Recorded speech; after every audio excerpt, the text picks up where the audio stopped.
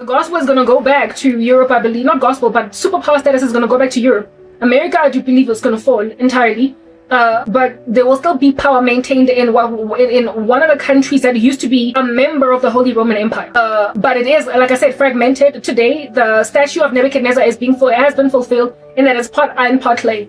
And so therefore, it should tell you how close to the end we are. Though I still think we have maybe like 200 years to go, but we stand corrected, I don't know. Okay, the stone that's going to come from the sky, that is Jesus, is going to establish a kingdom forever. But Nebuchadnezzar, his recognition that all of us that are given any kind of power to do anything spectacular for a season, unless we acknowledge God, we're ash, we're moot, we're hollow, and we're naught. Because God can bring you down at any minute. So Habakkuk, do not cry, don't lament. Why do the wicked prosper? The wicked will prosper until they just can't anymore. And when the winepress of my wrath has reached a height, I will uproot them through yet more wicked or righteous structures. I can uproot the wicked either through a righteous force or a wicked one. But seeing as the road is narrow that leads to life and only a few people find it, righteous nations are going to be hard to come by when they conquer wicked nations. So nations largely will be conquered if they must be brought low by other wicked nations. And it is going to be in only rare instances where a righteous nation is used by God to to conquer a wicked one. For the grander majority all throughout history, wicked nations are going to conquer other wicked nations in order for Bible prophecy to be fulfilled. So if your nation is helped along by a righteous country, feel blessed, because then you're not going to be so upset as Habakkuk. But why will the wicked prosper? You will remember, because I've been looking up quite a bit on South Korea, that who do you call this? What you call this? Japan wreaked quite a bit of havoc in South Korea's life, and America helped them. And America at the time of helping them was a righteous nation. So you are blessed when you are helped to conquer what in that moment is an evil structure through a righteous one.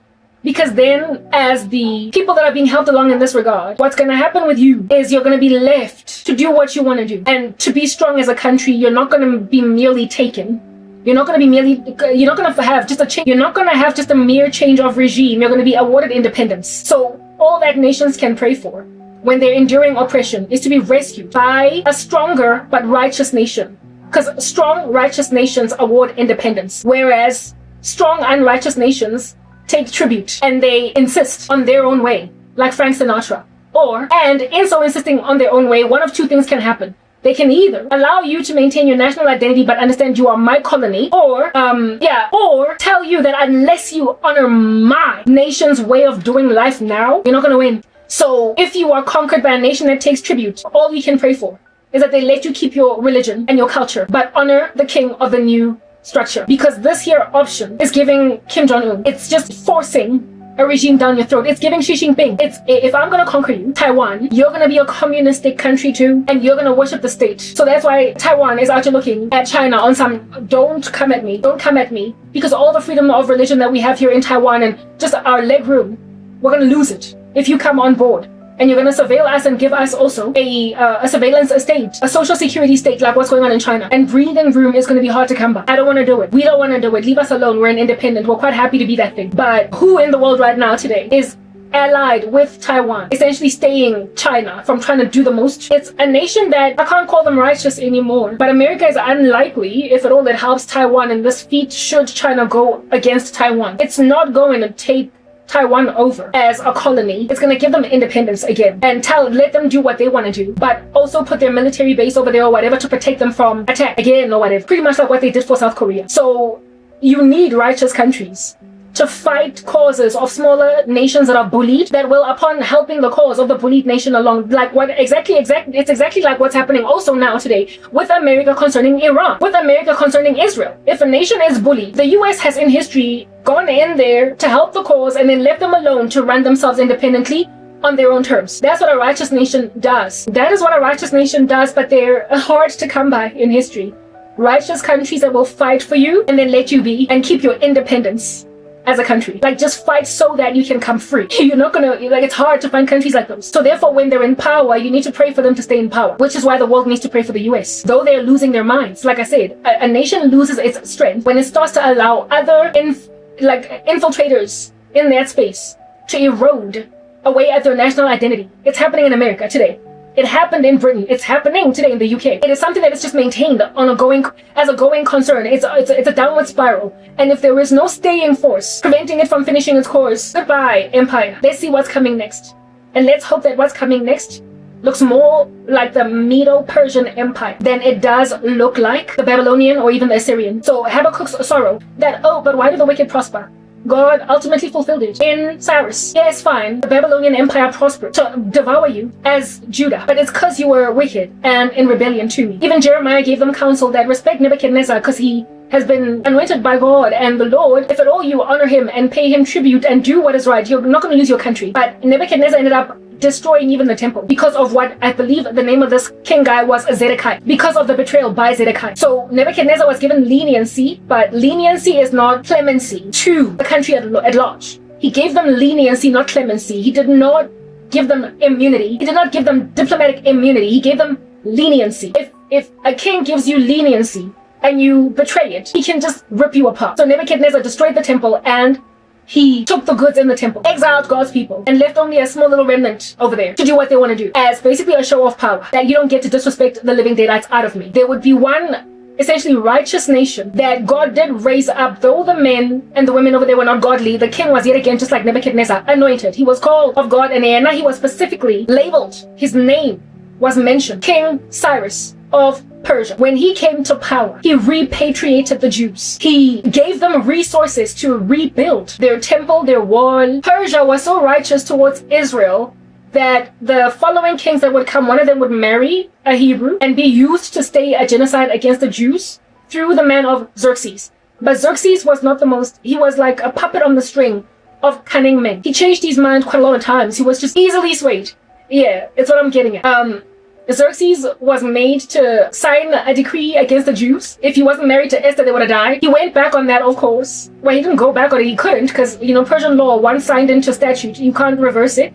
So he allowed the Jews to stand up for themselves. And then later on, his scribe, Nehemiah, asks for permission after fasting for a couple of months to go and rebuild the temple. Not the temple, but the repatriation happened through Cyrus. Xerxes comes later, and the city, Jerusalem, has no walls. And in the Bible it is written that a city without walls, a person without self-control is like a city without walls, because no walls suggest that anything can come in and just wreak havoc, right? So that was problematic, and Nehemiah prayed and ultimately sought Xerxes after seeking the Lord, and Xerxes gave him permission to go and build a wall. And it was under King Xerxes as well that the temple that was in progression of being built. So they finished the wall, thank God, but they stopped the building of the temple because herein lies this king that gets swayed, right? This king that gets swayed. Xerxes was swayed to stop the rebuilding of the temple based on some historical archives that were in the Persian storage house that basically showed that, remember Zedekiah that went against Nebuchadnezzar, even though he placed him, Nebuchadnezzar placed Zedekiah in the king position after taking Jehoiakim, not Kim, but Jehoiakim, the son of Jehoiakim, as a eunuch into Babylon. And then he placed his own king, Zedekiah, that was not from, Zedekiah was not a Babylonian, he was a Jew, but he was essentially like a pawn, a patsy of Nebuchadnezzar. If you do what is right, I'll leave you alone. When the guy goes and allies with Egypt at the expense of Nebuchadnezzar or Babylon, and then Nebuchadnezzar is like, what in the world? And so he gets upset, besieges the land for a couple of years. They starve and eat each other. Ultimately, the walls fall. The siege engine succeeds. Zedekiah loses all these children. His life is spared, but his eyes are plucked out. And then Nebuchadnezzar does what he does with the Jews. He takes up Daniel, Shadrach, Meshach, Abednego, and takes them to Babylon as exiles, right? That whole thing that Nebuchadnezzar did, he did it because of Zedekiah. And these things are chronicled. And herein lies the people that are very jealous about the building of the temple. In the regions, I can remember the Jews were repatriated like the Nigerians have been taken back home after South Africans xenophobically afflict them, the Ghanaians, after repatriation, of course, during the season of exile. I mean, here's a land and there's houses here, so people occupied them away. Where did they come from? They're Canaanites. They're surrounding nations. They took the houses of the Jews and they lived in them. These people that were foreigners living in the land of God, mixing with whatever Jews were left in this town. Of course, when then the Jews get repatriated to their country, they're going to get jealous and they're going to get scared and they're going to get nervous. And initially when they were rebuilding the wall, they wanted to help them build a wall, but they were like, no, sorry, you're not God's people. You're not allowed to build a wall with us. And so they got hostile. And so they gave a whole bunch of grief to the Jews for rebuilding the wall, right? And then Ezra takes on a project to build the temple. Yenale, I believe, Zerubbabel, right? And through, now that would be later on with Darius. Zerubbabel and whatnot and Ezra would be later on. I'm speaking now about the rebuilding of the temple through which prophet? Listen, I think it was Zerubbabel. He was in the line of David, so he could have been a king, but I guess the dynasty was over at that stage. But he was the closest thing they had. And then there was, is it Ezra? Listen, I know Nehemiah facilitated the rebuilding of the wall, and he caused a reform. And Ezra was the one that caused the people to give away their foreign wives, etc. The temple was commenced, and which priest there was a priest, I forgot the name, that in the time, a prophet, which prophet was it? Was it Micah? I stand corrected. A prophet later on basically rebuked the Jews for sitting around after 16 years of the temple kind of sitting around gathering dust. And that's how they ultimately got to cause King Darius to remember the decree of Cyrus. But listen to this, I get they scribe everything, and they preserve them. This king, who just loves to listen to scribes reading him stuff, is the very same one that ended up awarding Mordecai in the book of Esther. This is the same king that ended up awarding Mordecai in the book of Esther, like a signet ring and chilling on a donkey and going through the towns to be celebrated for saving the king from being killed. The king of which had forgotten that this happened, and then one day he can't sleep at night, God troubles him, and then he gets his scribe to read him a chronicle. And in these chronicles, he finds out that there's a guy by the name of by the name of Mordecai, right? He finds out that there is a man by the name of Mordecai that rescued his life. And he then gives Mordecai this like excellent honor. Of course, upsetting Haman, because it was to Haman that he asked for the suggestion as to what to do for a man whom the king wants to greatly honor. So the guy likes to hear scribes read him chronicles when he can't sleep at night. That's like Xerxes. That's the character of this guy. And so loving to just have people read him chronicles, and then him not in retrospect, but in prospect, frankly, like ultimately, then making a decision as to what to do about what he's reading in the chronicles, then acts. So earlier, he acted rightly towards Mordecai and gave him honor in the city square. But later on, the same guys, being cunning and just pernicious and under the table, knowing that this king of ours, if he can just hear from a chronicle, read from archives, something that the Jews did, we can use him to essentially do what he always does when he gets a scribe reading him chronicles, change his mind or make a decision, decree something. And this time we can get him to decree the cessation of the rebuilding of the temple. And remember Zedekiah that betrayed Nebuchadnezzar. That story was chronicled in Babylon. And these people that wanted to stop the building of the temple, they couldn't get them to stop no matter what, because there was the decree of King Cyrus, who now was late, and his like descendant, like I think son, Xerxes, was running the show. They now are nice and jealous, can't get them to stop, want to try, have a hard time, get even violent with the man. But the Jews are just building. And then one day they're like, listen, we're going to go to Xerxes and tell them that these people have a history of rebellion, and they have a history of trying to stage a coup against the king. Look at what they did in Babylon. There was this one guy by the name of Zedekiah. There was this one guy by the name of Zedekiah. That's how they ended up in Babylon, by the way. We took them from Babylon. Yeah. We found them in Babylon. But why were they there? Why? This Babylon that is now our empire. You will remember the reason they were in Babylon was because the king of Babylon was nice and lenient towards them, but then they decided that they want to do their own thing. And their king ended up allying with Egypt against Nebuchadnezzar because he was tired of paying tribute and tried to stage some kind of like coup. And that's why he lost his eyes. Listen, it's in the chronicles. So you can't let these people build their temple, because once they get strengthened and have bravado, they will do exactly what Zedekiah did to Nebuchadnezzar. You give them leniency and they spit in your face, these people. That's what they say. And Xerxes, Mr. I get swayed by chronicles. As I'm sleeping in bed while my scribe reads them to me, he was read these chronicles by his scribes, verified the accusation of these jealous saboteurs, and was like, you better stop all activity of temple building right now, because I'm not going to have these people come at me like they came at Nebuchadnezzar, not over my dead body. Now, at this time, listen, this man is married to a Jewish girl. Purim came and went. And despite everything, despite Nebuchadnezzar, not Nebuchadnezzar, but Mordecai, really good guy, despite his wife Esther, despite every miraculous thing that he has experienced through these awesome Jews, he then decides to just take at face value this stuff, even though there was no history of such, even though they were not, what is the word I'm looking for, man? Seditious. Yeah. Even though they were not, they had never staged any kind of insurrection or act of sedition against, in particular, Persia. They'd never done that. They had never done that before. Only Zedekiah in his rebellion in Babylon, and frankly, he paid for it. And also, according to Jewish prophecy, they were predicted to endure that judgment from Babylon, even through the prophet Jeremiah. And that was a judgment by God on them. So if Xerxes had done comprehensive research and found out that the God of the Hebrews even predicted that as a result of their insurrection and as a result of their sedition towards Nebuchadnezzar, that they would endure being exiled to Babylon, he might have not done this thing.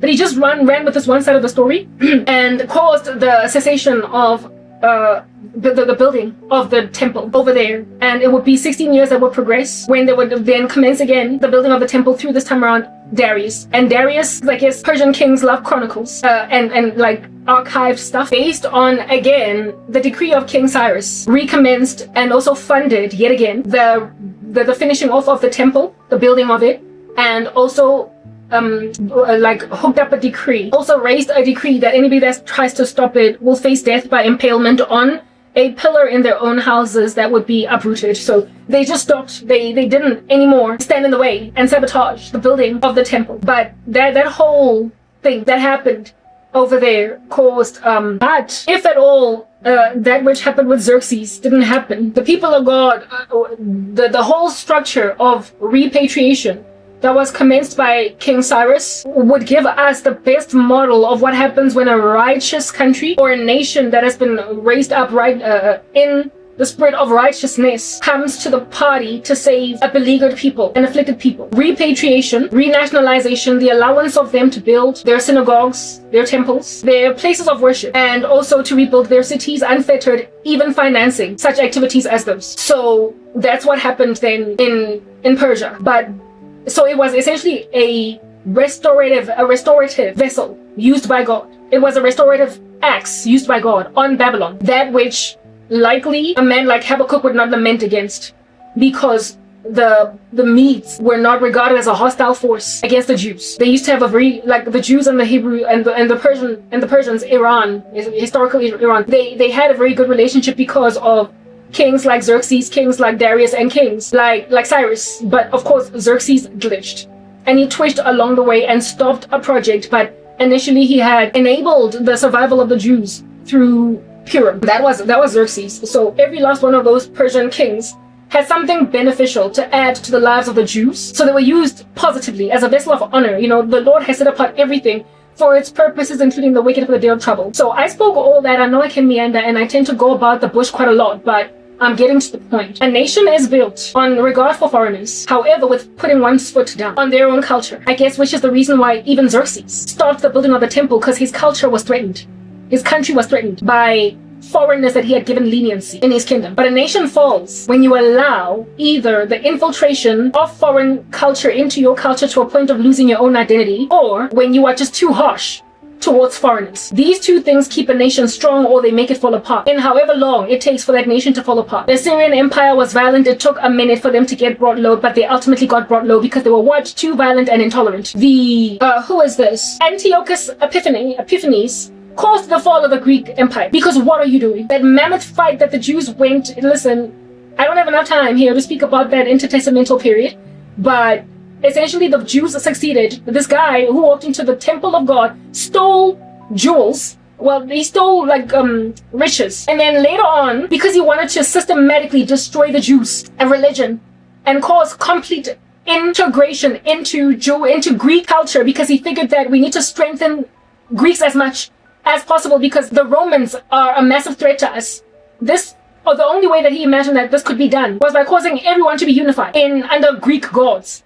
And there were very many of them, and the Jews are monotheistic, we know that. Because of their rejection of this and him feeling threatened, Epiphanes, this guy who called himself God, by just the strength of character and the strength of resolve and conviction of the Jews, he systematically tried to eliminate the religion from the face of the earth. And of course, he was fought by the Hasmoneans, who then later on started a dynasty, but anyway, whatever. And they were not supposed to start a dynasty because they were Levites. This one Hasmonean tribe that was living in the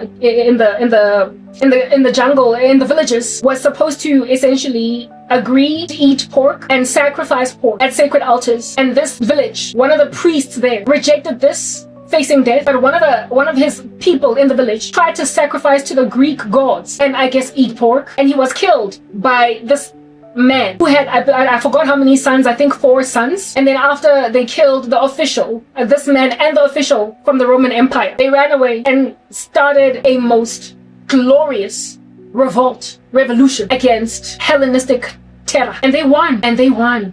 and they won. One of his sons, the third one, his name was, I think, Judah, and he was like a military beast. He was called the Hammer. Look at that, sounding like Thor. Yeah, and this Hammer guy used the strategic advantage that they had. A strategic advantage just in terms of a home ground. They had territorial, geographical location advantage, even though they were vastly outnumbered, and they succeeded to eviscerate Roman soldiers.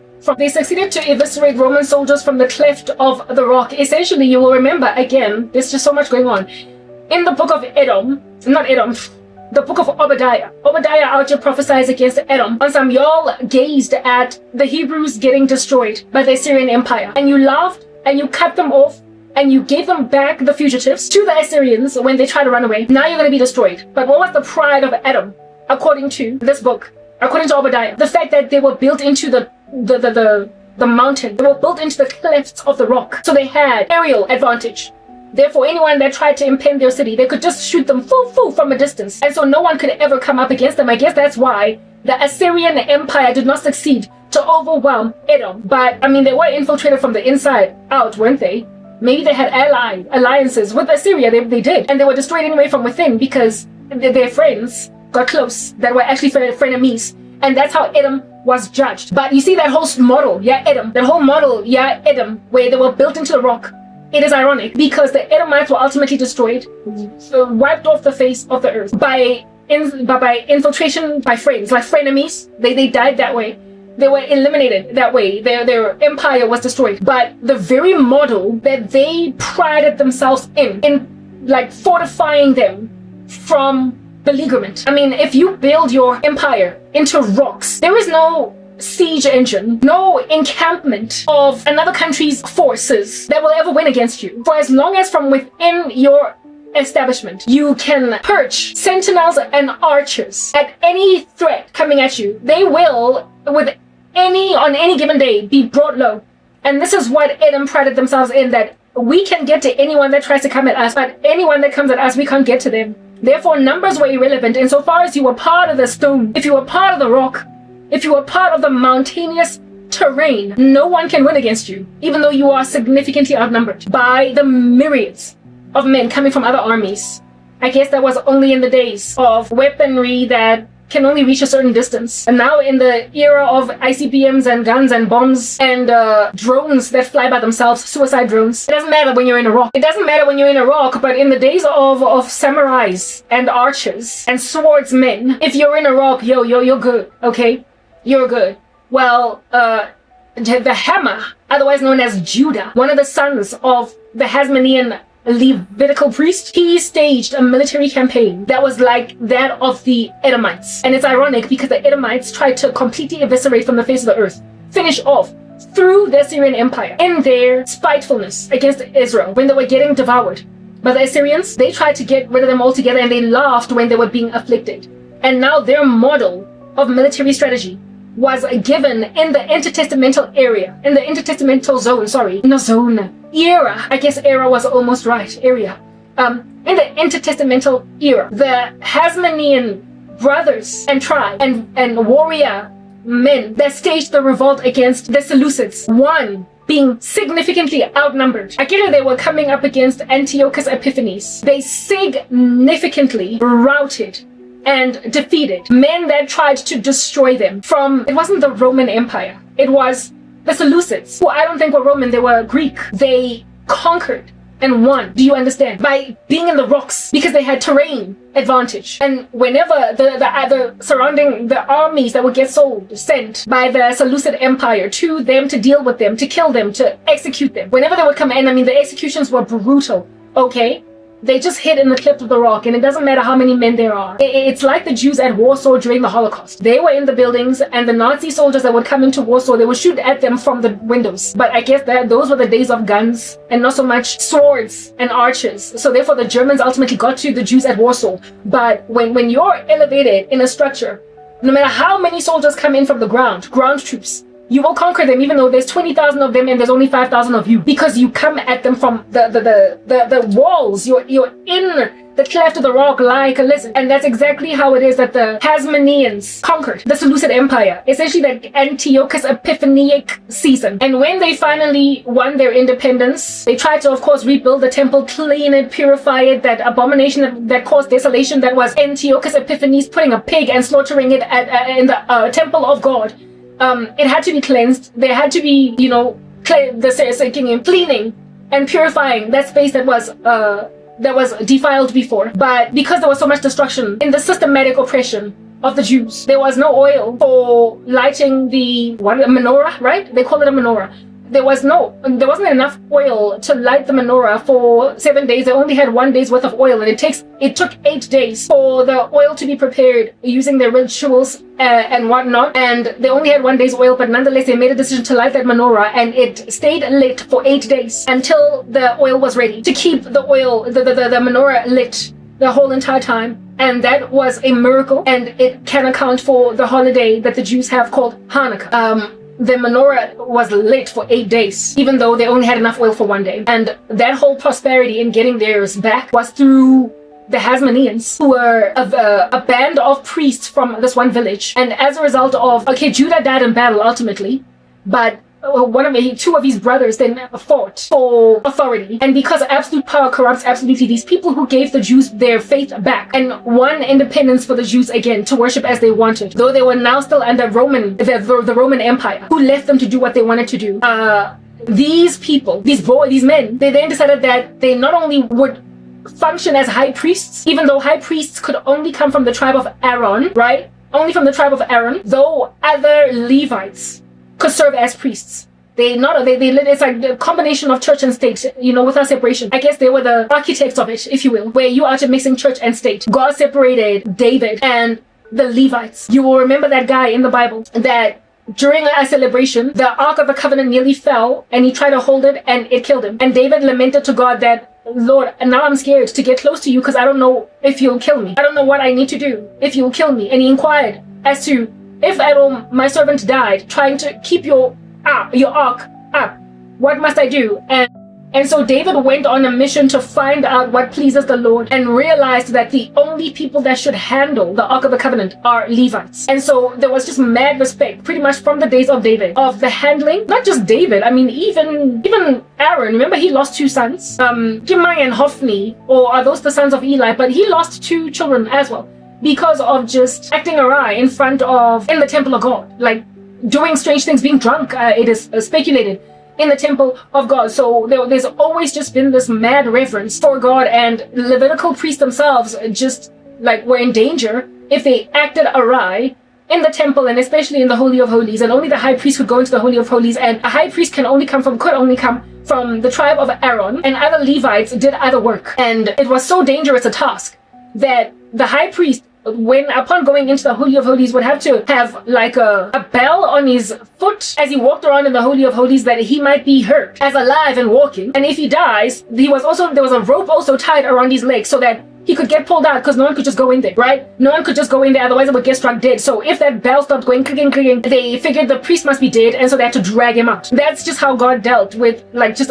abominable practices in his temple, and especially in the Holy of Holies. And Antiochus Epiphanes, who is the abomination that causes desolation, went into the holy place and sat in there, defiled it, and then slaughtered a pig on the altar over there. And that's what is now today called the abomination that causes desolation, a foreshadowing of another event of this nature that's going to come in the future.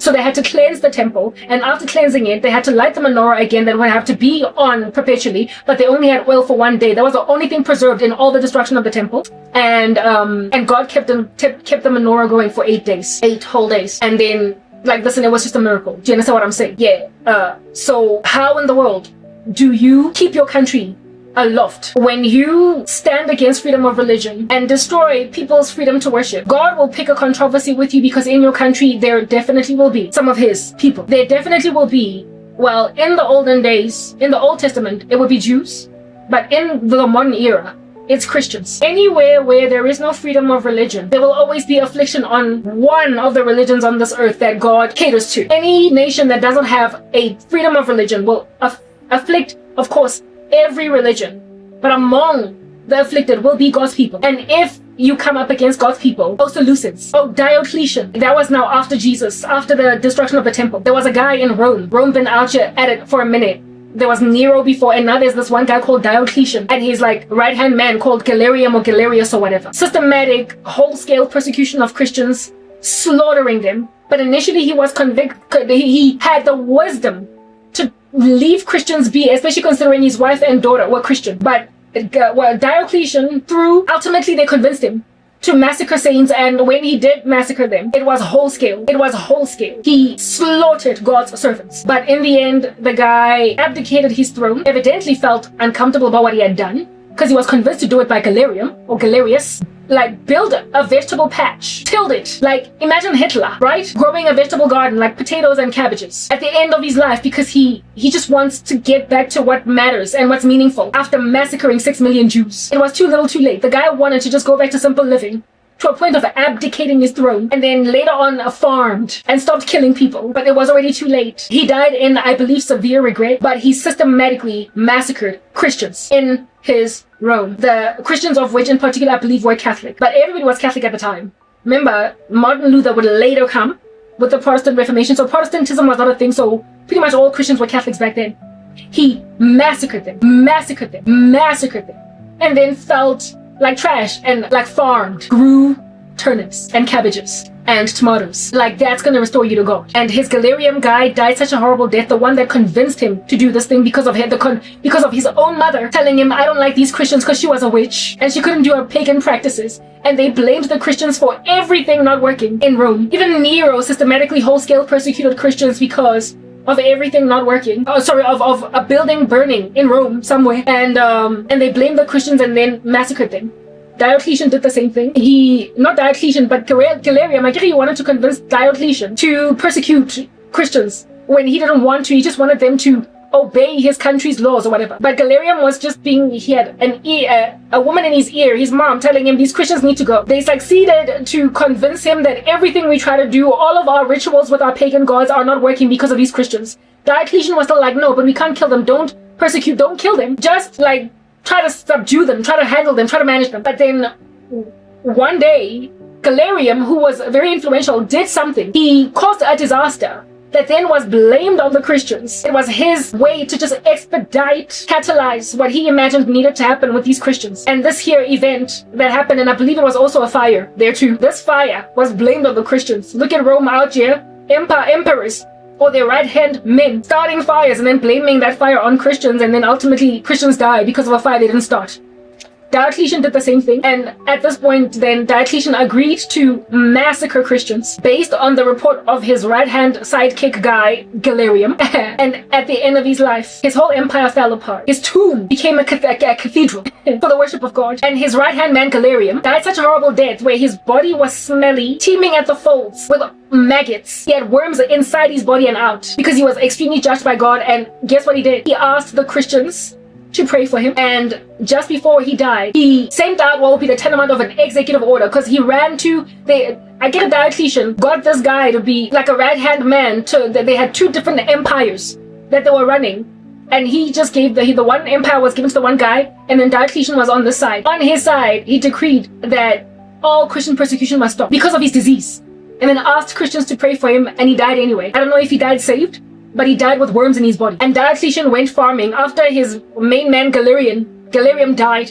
like that. He himself also slowed down, realized that this wasn't even his idea, but he followed through with it anyway. Went on to plant vegetables, and lived to severely regret what he did, because his wife and daughter, who had to flee the country and were murdered outside of the country by the systematic persecution of Christians. Listen, patron saints of the Catholic Church, a lot of them came from this era. After all that, he tries to take a leaf, but it doesn't work, and the situation was so dire that he abdicated his throne, gave it over, something that had never happened in Roman history before, to some other guy, and then went to the villages to plant some turnips, and then died. That's what happens when you eradicate freedom of religion. Your country doesn't thrive. It falls apart. Let people be who they want to be, but put your foot down to maintain your culture. And Diocletian and Galerium forgot that, or I don't know if it's Galerium or Galerius, but his right-hand man, they lost the plot. Nero lost the plot. Anybody that's going to persecute a religious group or religious groups, anybody that decides to take away the freedom of religion of any religious group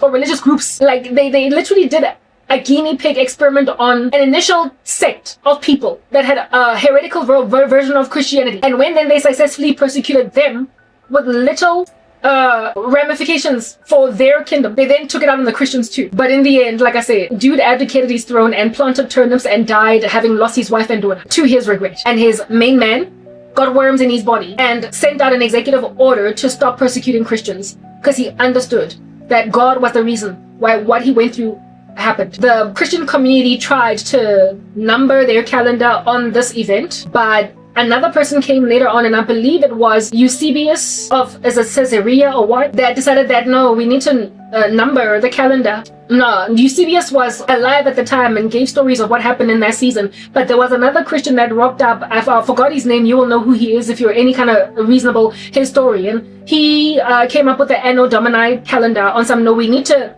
venerate. We can't have our memories as Christians be rooted and count our calendar on this here horrific persecution of us. We need to basically take it to who matters here, Jesus. So it was at the basically the BC AD calendar was then used rather instead of that one. And we're grateful for that, because who wants to remember the world's age based on the most horrific systematic persecution of the body of Christ in history somewhere? So I mean, look at the mistakes of men like Diocletian. Look at the mistakes of men like of empires like the Seleucids and how they fell apart after persecuting the Jews. Look at the prosperity that God gave a small number of Hasmoneans, and look at the fall of the Hasmonean dynasty after they decided, again, David was scared to touch the Ark of the Covenant. So essentially there was a separation of church and state.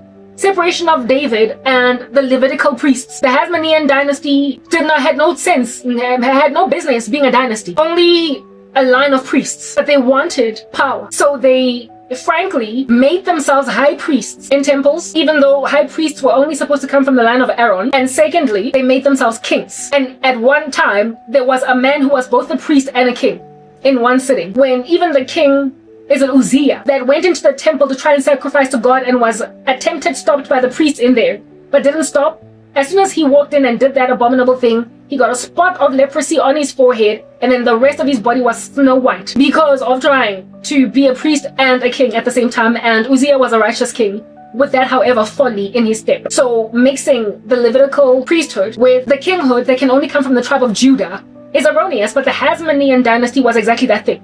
There were a bunch of Levites, a family that started out alright, started out heroic, that however made themselves kings, albeit not being from the tribe of Judah. And they also took on the position of course they were priests, that they could do, but within limited capacity, they however made themselves also high priests. Absolute power corrupts absolutely. Absolute power corrupts absolutely. And that's how the Hasmonean dynasty, well, it fell ultimately. Like, these things happened all within the intertestamental era, the Maccabean era. They succeeded to fight a fight, but the corruption in that space was rejected. They became very tyrannical. They became oppressive as kings because they were not even supposed to be kings. That's the thing. That's what happens. It's what happened with the Catholic Church that ended up murdering men like William Tyndale. If you are going to ignore what the word has to say about how you ought to be, anyone that tries to basically correct your stance because you are in error and divorced from what the word has to say about how you ought to conduct yourself, given that you are powerful and have taken a listen, you're both the Hasmonean dynasty made themselves a judge, a juror, and executioner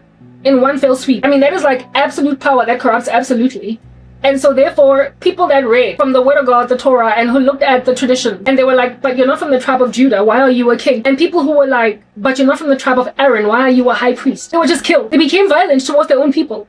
So the Hasmonean dynasty, they started off well and had all excellent men like the Hammer, Judah, the son of the Hasmonean initial priest guy that was a righteous man. Their brothers and their offspring going forward, they were so evil. They were judge, juror, and executioner. And like I said, stuff like that. It's exactly what's happening with the Catholic Church. They made themselves judge, juror, and executioner, and they ended up killing William Tyndale and John Huss and men like these. They became judge, juror, and executioner because they refused to look at the word and say, oh, I can't be this thing. Because they were gunning after power. They were megalomaniacal. Anyway, whatever. What I'm trying to get at, in so giving bits and pieces of the intertestamental era and all the eras over there, the success of Alexander the Great and how his generals fell apart. His generals, among which were the Ptolemaics, who maintained more or less his model. And then on the side were the Seleucids, who caused the revolt because of trying to eviscerate Judaism from the face of the earth. They fell apart. And then from their place, the Romans, of course, took over generally. There was still the empire that reigned and ruled, but a sub-ruler were the Hasmonean dynasty. And they were also used, these Hasmoneans, easily by, who is this guy? They were easily used by the Roman system. The Romans that were running the show, they had their hand in it. So not only were the Jews Hellenized, they were Romanized, they were just a lot of, but the Jews had, like, they picked quite a controversy with Rome. We know all the way in the days of Jesus, that's why you got zealots, people that are out to just be killing people, because they were trying to eradicate Judaism from the face of the earth. But there was already quite a spirit, a very hefty spirit of rebellion or resistance against structures that are trying to do away with Jewish customs, because people had already, like, the trauma of the pre-Hasmonean era. They had the trauma of Antiochus Epiphanes. They also had the trauma of the Hasmonean dynasty. They had the trauma of the breakaway of the Pharisees and the Essenes. They also came up in that season, who went to the mountains because they realized nobody worships as they ought. The breakaway as well with the government patsies, otherwise known as the Sadducees. They were tired, and so they became zealots. And they were tired, and so they became zealots, and so being zealots then just killed. In order to basically maintain faith. Anybody that was like a Roman spy, a Roman saboteur, or a Roman patsy, a Roman sucker, anyone that accepted Roman authority, the zealots just sliced and diced them. And one of the disciples of Jesus Christ was a zealot. His name was Simon. And he was won over for decency later on. But he was really, really, really very, like, hot and bothered for maintaining Jewish culture. So if you try to destroy a nation's nationality, a nation's identity, if you try to destroy this, your country is facing revolt. As a cooing structure or as an occupying structure, you're going to face revolt if you try to eviscerate the nation that you're occupying. If you try to make them forget their God and their culture, you're going to face revolt. If you don't love that foreigner, you're going to face revolt. And if you don't put your foot down, you won't face revolt. You will face infiltration. You will face stealth. And you will face calculated tactic, strategic, eventual overcoming, like cooing. You will be cooed, but with stealth. You will wake up one day and find that the majority of your country is made up of some other thing that it wasn't originally. And by then it's too late. Or there will be little silos of wars happening on the ground because your people are upset that their culture is being overwhelmed. I spoke all that and my voice is sore now, and it's 1:21 in the morning and I don't want to be here forever and a day. I'm done speaking for hours on end. I need to go and take a shower, I need to eat, etc. I want to seal this message.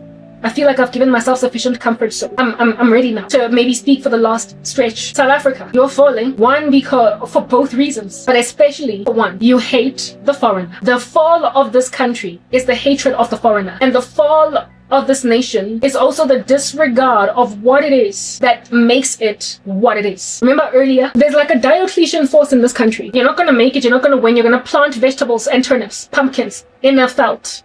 But it won't matter because you're going to die after your right-hand man has got worms in their body. Remember when I said earlier that we are the rainbow nation, we are a very diverse country. Unless a person speaks in a foreign country, unless they respond to you by saying por favor, like they're that guy from Mind Your Language, you're not going to know that they're from Spain, because anyone could be South African in the street. So therefore, this ought to be among the least racist countries in the world, just by mere virtue of how diverse it is. And yet for some strange reason, there is an excruciating amount of racism in this country. First, it was around in apartheid, and now it's around post-apartheid by the very people that were afflicted in the days of apartheid. Blacks are now afflicting whites. And I'm not going to labor on that because I spoke about it at length very many times. Across multiple days, weeks, years. Well, let's rather say weeks, months, years might appear a bit of a stretch, but it's been years. Yeah, I've been speaking the same thing in my old ministries. And if you have interest at your leisure, please go check them out. Look at them at your leisure. All right. But this country used to be racist against essentially coloreds, blacks, and Indians. Now it's blacks in particular that are racist against whites, and everybody else is apathetic against this what used to be Cold War, now gone hot. And this Cold War has caused a lack of camaraderie on the part of a people who are called a rainbow nation. It has caused defeatism at a scale, a height that is just unfathomable to calculate, where herein lies a minority group of people in this country, and by minority I mean just in terms of size and not so much importance or girth. The smallest number of the smallest little single demographic in this country, white people, saw it fit to, thanks to the harassment that they have endured at the hands of black people, albeit even though they're in a minority, the most amount of wealth in the country. They saw it fit to disregard everything that has to do with, listen to this, the biggest single demographic in this country. So we are on opposite extremes in terms of our size. The nation is made up of all different kinds of races, but largely blacks, Indians, coloreds, and whites. Diverse and mixtures of this through mixed race couples. So you get people that look just as exotic as you will find any Arab in this country.